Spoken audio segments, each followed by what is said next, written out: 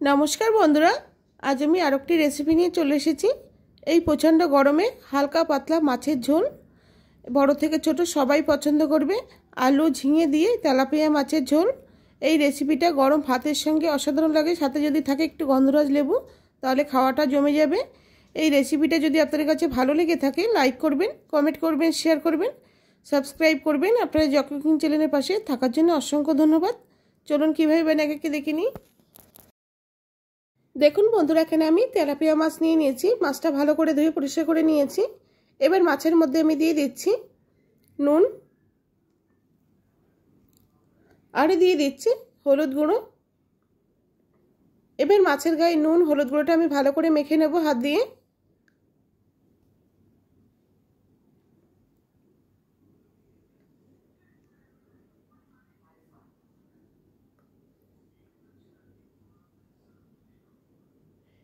দেখুন মাছের গায়ে নুন হলুদ গুঁড়োটা আমি ভালো করে মেখে নিয়েছি। এখন আমি 10 মিনিটের জন্য রেখে দেব। এখানে কিছু আমি সবজি কেটে নিয়েছি। নিয়েছি 4টে মিডিয়াম সাইজের আলু, এইভাবে আমি লম্বা করে কেটে নিয়েছি। আর নিয়েছি 3টে ঝিঙে, আমি এভাবে লম্বা করে একটু গায়ে খোসা রেখে কেটে নিয়েছি।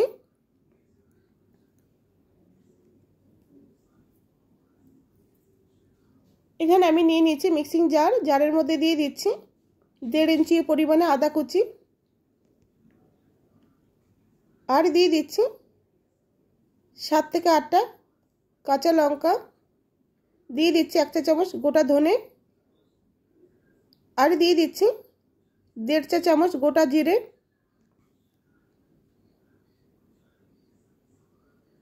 এখন একটু সামান্য জল দিয়ে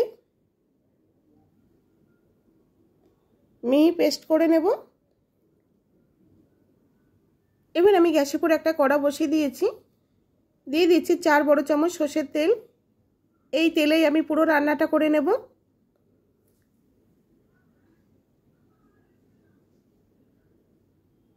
তেলের মধ্যে দিয়ে দিচ্ছি সামান্য পরিমাণে একটু নুন, তাহলে মাছটা ভাজার সময় আর কড়ার গায়ে লেগে যাবে না। এবার তেলটা ভালোভাবে কড়ার গায়ে ছড়িয়ে দিচ্ছি। দেখুন তেলটা ভালোভাবে ধোয়া ওটা গরম করে নিয়েছি। এবার আমি এক একে মাছগুলোকে দিয়ে দিচ্ছি। আমি 3টে করে মাছ ভেজে নেব। মাছটা একটা সাইড ভাজা হওয়ার পর অপর সাইডটা উল্টে দেব। দেখুন মাছটা একটা সাইড আমি লাল লাল করে ভেজে নিয়েছি। অপর সাইডটা কীভাবে লাল লাল করে ভেজে নেব।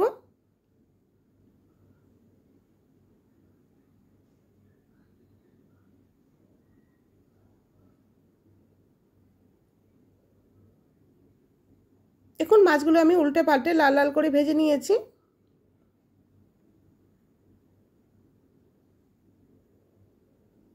দেখুন মাছটা আমার ভাজা হয়ে গেছে। এবার আমি তুলে নেব। আমি একইভাবে বাদবাকি মাছগুলোকে ভেজে নেব।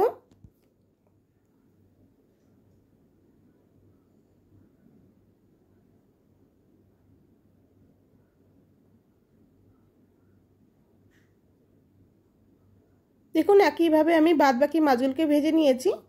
ওই তেলের মধ্যে আমি দিয়ে দিচ্ছি কেটে রাখা আলু,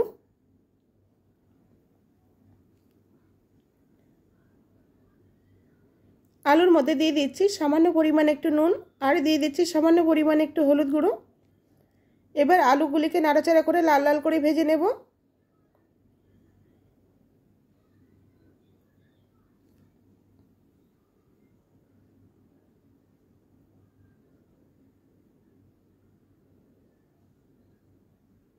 দেখুন আলুটা আমার ভাজা হয়ে গেছে। এবার আমি তুলে নেব।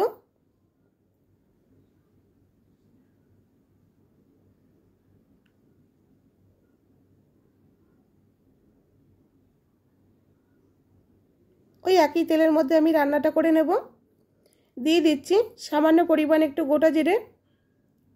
এখন ফোড়নটাকে কয়েক সেকেন্ড নেড়ে চেড়ে একটু ভেজে নেব।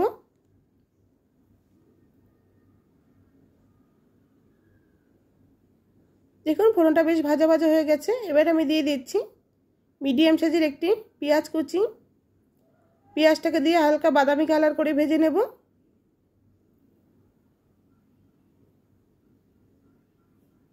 দেখুন পেঁয়াজটা আমি বাদামি কালার করে ভেজে নিয়েছি। এবার আমি দিয়ে দিচ্ছি 2টো মিডিয়াম সাইজের টমেটো কুচি। এবার টমেটোর মধ্যে দিয়ে দিচ্ছি সামান্য পরিমাণে একটু নুন, তাহলে টমেটোটা তাড়াতাড়ি নরম হয়ে যাবে।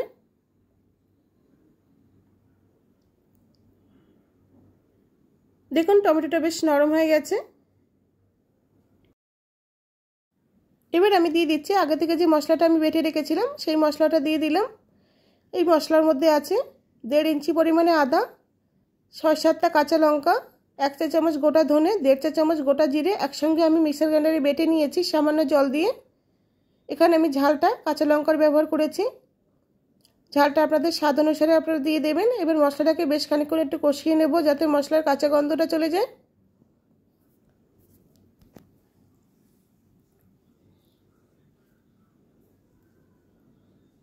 দেখুন মশলার কাঁচা গন্ধটা চলে গেছে। এবার আমি দিয়ে দিচ্ছি 1 চা চামচ হলুদ গুঁড়ো, আর দিয়ে দিচ্ছি স্বাদ অনুসারে নুন, আর দিয়ে দিচ্ছি সামান্য পরিমাণে একটু চিনি। এতে করে রান্নাটা মিষ্টি হবে না, টেস্টটাকে ব্যালেন্স করার জন্য আমি সামান্য পরিমাণে চিনি দিয়েছি। চিনিটা আপনারা যারা পছন্দ করে না তারা বাদ দিয়ে দেবেন। এবার সব কিছু খুব ভালো করে নাড়াচাড়া করে মিশিয়ে নিচ্ছি। এবার মিক্সির বাটিটা ধুয়ে আমি সামান্য পরিমাণে একটু জল দিয়ে দিচ্ছি, নাহলে মশলাটা পুড়ে যেতে পারে। এবার মশলাটাকে বেশ খানিকক্ষণ সময় নিয়ে কষিয়ে নিতে হবে, মশলা যতক্ষণ না ভালোভাবে তেল ছেড়ে দিচ্ছে।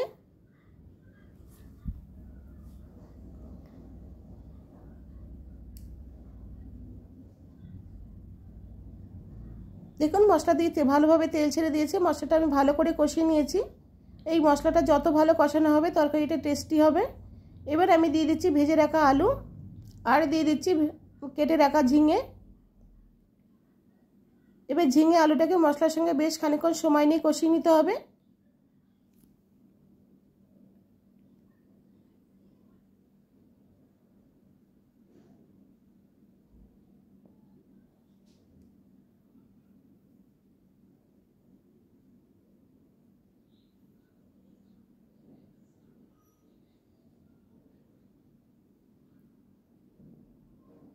দেখুন বন্ধুরা আমি আলু ঝিঙেটা খুব ভালো করে কষিয়ে নিয়েছি, কষানো হয়ে গেছে। এবার আমি দিয়ে দিচ্ছি গরম জল।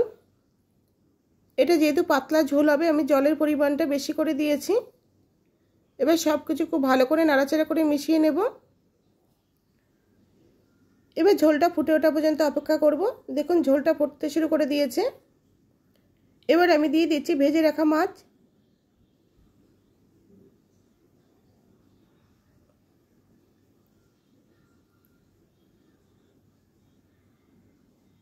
এবার মাছটা দেওয়ার পর আবারও খুব ভালো করে নাড়াচাড়া করে মিশিয়ে নেব যাতে মাছের মধ্যে ঝোলটা ভালোভাবে ঢুকে যায়।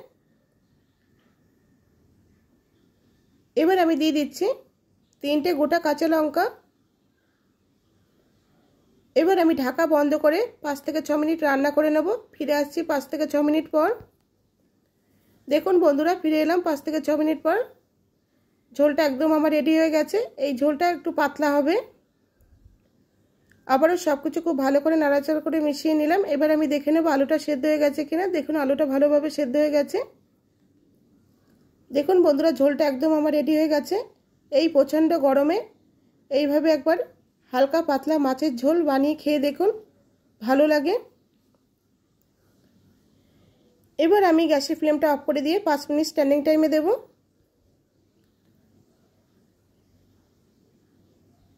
দেখুন বন্ধুরা আমি 5 মিনিট স্ট্যান্ডিং টাইমে দিয়েছিলাম, কতটা সুন্দর লোভনীয় দেখতে হয়েছে। এই গরমে এইভাবে আলু দিয়ে ঝিঙে দিয়ে তেলাপিয়া মাছের পাতলা ঝোল খেয়ে দেখুন গরম গরম ভাতের সঙ্গে। ভালো লাগে, ভালো লাগলে লাইক করবেন, কমেন্ট করবেন, শেয়ার করবেন, সাবস্ক্রাইব করবেন। আপনারা ভালো থাকবেন, সুস্থ থাকবেন। ধন্যবাদ।